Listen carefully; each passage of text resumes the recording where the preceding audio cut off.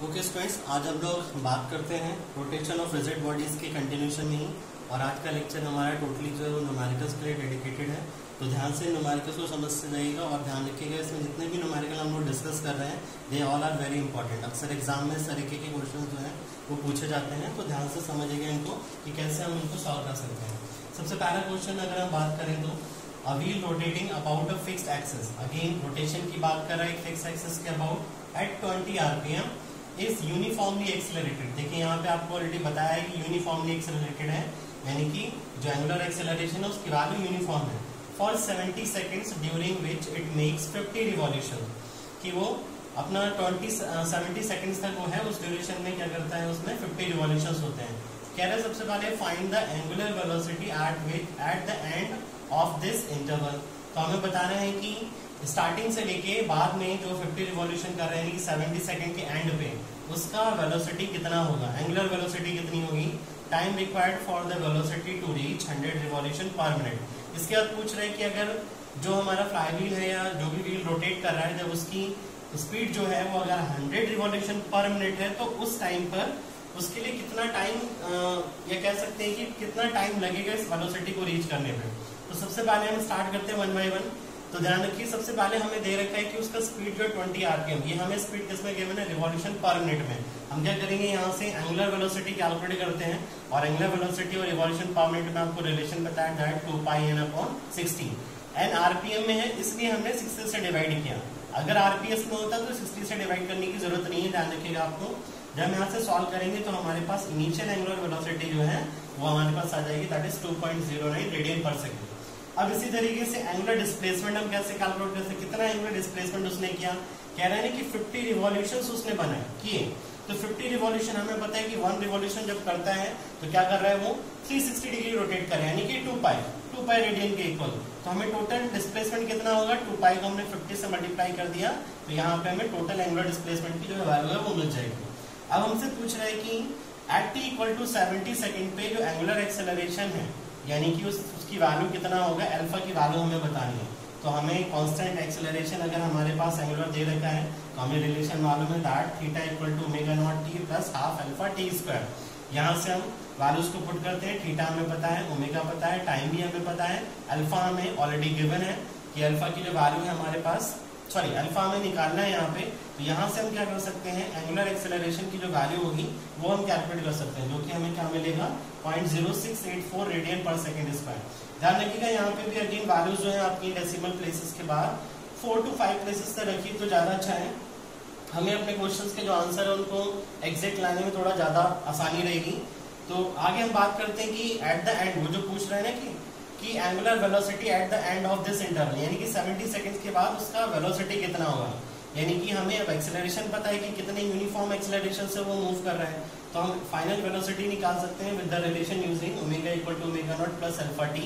हम पहले इसको डायरेक्टली यूज इसलिए नहीं कर पा रहे थे क्योंकि अल्फा मुझे पता नहीं था, तो पहले हमने अल्फा निकाला, फिर अल्फा को यूज करके फाइनल जो वेलोसिटी है एंगुलर वेलोसिटी वो हमने यहाँ पे कैलकुलेट कर ली। अब दूसरा क्वेश्चन हमसे पूछा है time required for the velocity to reach 100 revolution per minute. तो हम यहाँ से टाइम कैलकुलेट कर सकते हैं। अगेन हमारे पास जो फाइनल वेलोसिटी जो उसने पूछा है बोला है that is 100 revolution per minute. तो यहाँ से हम फिर एंगुलर वेलोसिटी निकालेंगे रेडियन पर सेकंड में, उसको कैलकुलेट करने के लिए अगेन 2πn/60 रिलेशन यूज करेंगे। तो यहाँ से हमें जो एंगुलर वेलोसिटी मिल जाएगी वो हमारी इतनी हो जाएगी जब वो इस आरपीएम में आरपीएस से रिवॉल्व कर रहा होगा। तो यहाँ से हम अगेन ये रिलेशन यूटिलाइज कर सकते हैं that omega equal to omega not plus alpha t.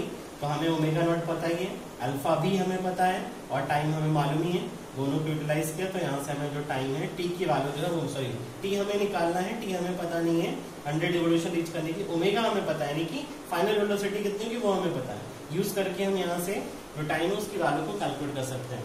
तो ध्यान रखिएगा इंपॉर्टेंट क्वेश्चन है ये भी। आगे हम बात करते हैं नेक्स्ट क्वेश्चन को लेके। जो नेक्स्ट क्वेश्चन है that is a flywheel which accelerates eight uniform velocity.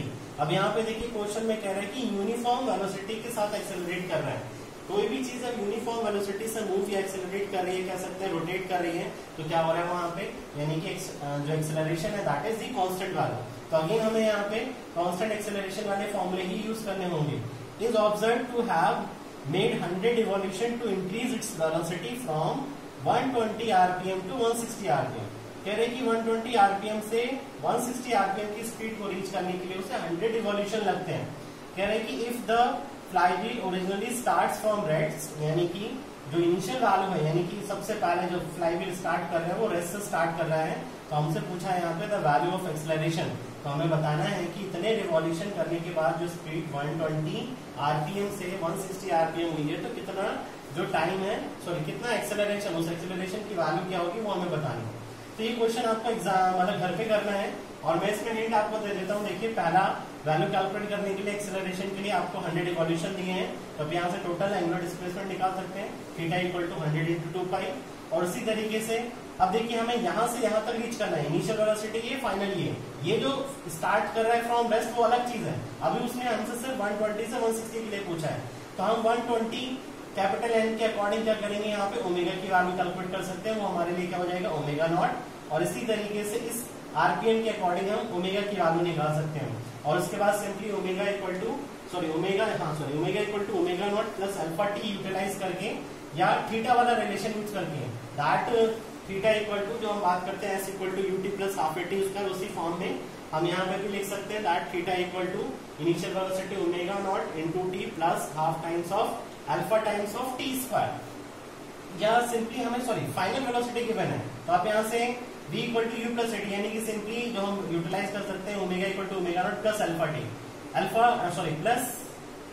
ये तीनों रिलेशन हम यहाँ पे यूज नहीं कर पाएंगे। दो जो लास्ट वाला है दैट इज ओमेगा स्क्वायर, मैं यहाँ पे लिख देता हूँ omega square equal to omega not square plus twice times of alpha into twice s alpha into theta. यहाँ पे ये वैल्यू आप यूज कर सकते हैं क्योंकि थीटा मुझे पता है और दोनों वेलोसिटीज मुझे पता है, तो वहां से हम अल्फा निकाल सकते हैं। इस रिलेशन को यूज करके आप अल्फा निकाल लीजिएगा। फिर कह रहे हैं कि time taking to increase the velocity from 120 to 160 RPM. Again जो हमारे पास omega equal to omega not plus alpha t relation use करके, अब मुझे अल्फा पता है तो अल्फा टी रिलेशन यूटिलाइज करके मैं यहाँ से टाइम निकाल सकता हूँ सेकंड पार्ट के लिए। और थर्ड पार्ट के लिए अगेन हम यहाँ पे revolution made in reaching a velocity of 160 RPM.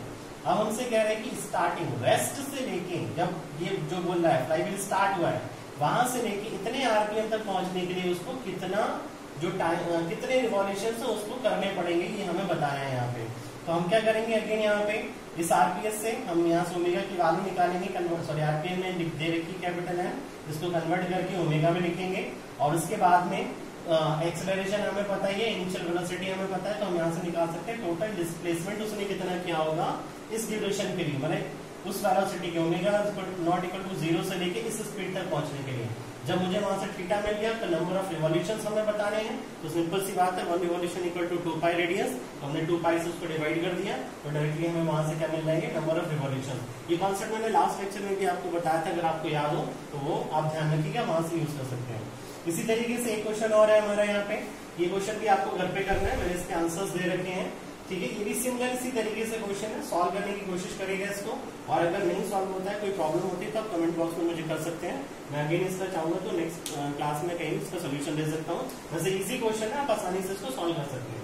Simply ये क्वेश्चन जो है that is related to the retardation, कि हमारा जो फ्लाईव्हील है वो इस स्पीड पे चल रहा है और उसके बाद में वो रिटार्ड होकर क्या हो गया, 0 हो गया। तो हमें बताना है, इसमें कह रहे हैं कि determine its angular retardation, alpha की वैल्यू बतानी है, and time it took to come to the rest after power supply is cut off. Means एक स्पीड को रिवॉल्व कर रहा था, पावर सप्लाई को कट किया गया, तो क्या होगा, धीरे धीरे करके वो 0 पे आ जाएगा। तो आपको वो टाइम बताना है कितने टाइम के बाद आता है, और साथ ही साथ एंगुलर रिटार्डेशन की वैल्यू यानी अल्फा बताना है। जब आप सॉल्व करेंगे तो अल्फा नेगेटिव में आएगा, अल्फा नेगेटिव का मतलब ही क्या है आपका रिटार्डेशन वैल्यू।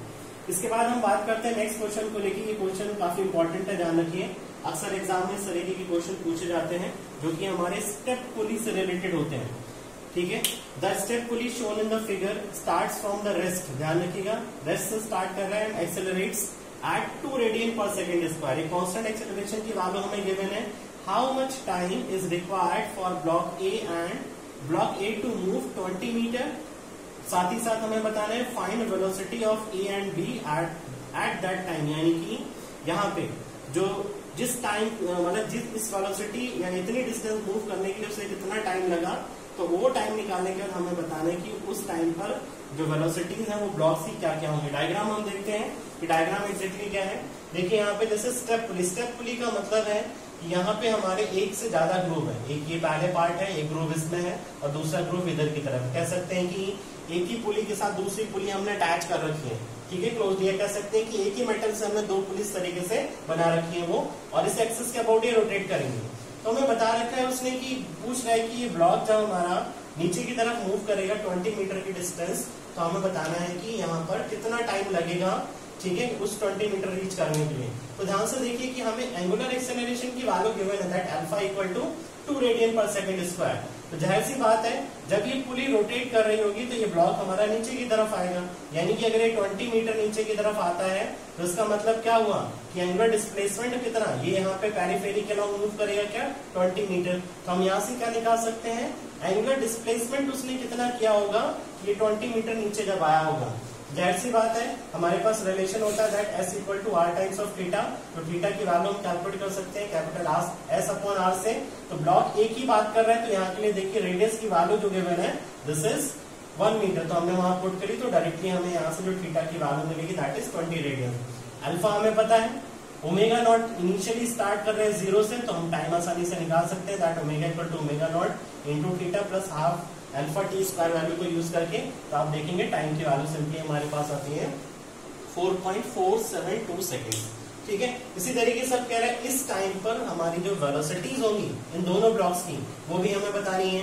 तो हम एक काम करते हैं, यहाँ से पहले ये देख लेते हैं कि एट दिस टाइम, इस टाइम पर जो ये पुली है स्टैप पुली जब ये रोटेट कर रही है तो इस इंस्टेंट पे इसकी वेलोसिटी कितनी है उस टाइम पे, क्योंकि यूनिफॉर्म एक्सेलरेट कर रही है। तो हम यहाँ से निकाल सकते हैं final velocity, angular velocity of the pulley that omega naught plus alpha t. तो यहाँ से वैल्यू रखिए, सारी वैल्यूज हमें पता है, सॉल्व करेंगे तो ये हमें क्या मिलेगी फाइनल वेलोसिटी। और जाहिर सी बात है हम लोगों ने लीनियर मोशन और कह सकते हैं कि रोटेशनल मोशन के जो फॉर्मूले कंबाइंड वो पढ़े थे, उन्हीं को हम यूटिलाइज कर सकते हैं, ठीक है। तो यहाँ पे लास्ट क्लास में हमने उनको डिस्कस किया था। तो सिंपली अगर मुझे यहाँ की टेंजेंशियल जो वेलोसिटी इस ब्लॉक की होगी इस इंस्टेंट पे, यानी कि इसकी टेंजेंशियल वेलोसिटी इस पॉइंट पर कह सकते हैं थ्रेड जितनी वेलोसिटी से नीचे आ रहा होगा ये इसके टेंजेंट के अलॉन्ग है, वही हमारी वेलोसिटी इस ब्लॉक की होगी। इन द सिमिलर वे इस बी ब्लॉक की भी वही वेलोसिटी होगी। हाँ ध्यान रखिएगा यहाँ पे स्टेप पुली जरूर है, अल्फा इसका कांस्टेंट होगा, पूरी पुली एक ही एक्सेलरेशन से मूव कर रही होगी, ओमेगा भी इसका कांस्टेंट होगा, लेकिन होगा क्या इसके लिए टेंजेंशियल वेलोसिटी अलग होगी और इस वाले ब्लॉक के लिए टेंजेंशियल वेलोसिटी अलग होगी, क्योंकि सेंटर से इनके जो टेंजेंट कह सकते हैं या थ्रेड जो ये प्रोब है उसकी डिस्टेंस यहाँ से दोनों की अलग अलग यानी कि रेडियस अलग अलग है। तो simply V A tangential velocity अगर हमें निकालनी है ब्लॉक ए के लिए तो कितना हो जाएगा दैट इज आर ओमेगा, और हम यहाँ आर ए वैल्यू ले रहे हैं, ए मतलब ए ब्लॉक के लिए जो डिस्टेंस होगा centre say that is R A, तो वो हमारे पास 1 मीटर गिवन है। ओमेगा हमें पता है, सॉल्व करेंगे तो ये हमें मिल जाएगी velocity. In the same way हम बी के लिए भी वेलोसिटी निकाल सकते हैं, B B equal to r B into omega, और आर बी की वैल्यू यहाँ पे 0.75 मीटर दे रखी है, पुट करिए और सॉल्व करिए तो यहाँ से आपको जो टेंजेंशियल वेलोसिटी है ब्लॉक बी के लिए वो भी आपको मिल जाएगी। ध्यान रखिएगा ये क्वेश्चन जो हमने लास्ट में डिस्कस किया बहुत ही इंपॉर्टेंट है, इस तरह के क्वेश्चन जो है वो अक्सर एग्जाम में पूछे जाते हैं, और आज के लेक्चर में स्पेशली जितने भी क्वेश्चन हमने डिस्कस किए वो सभी के सभी बहुत इंपॉर्टेंट है। आगे हम नेक्स्ट टॉपिक को लेके या फिर इसी में आगे न्यूमेरिकल और देखेंगे। आज के लिए इतने, थैंक यू।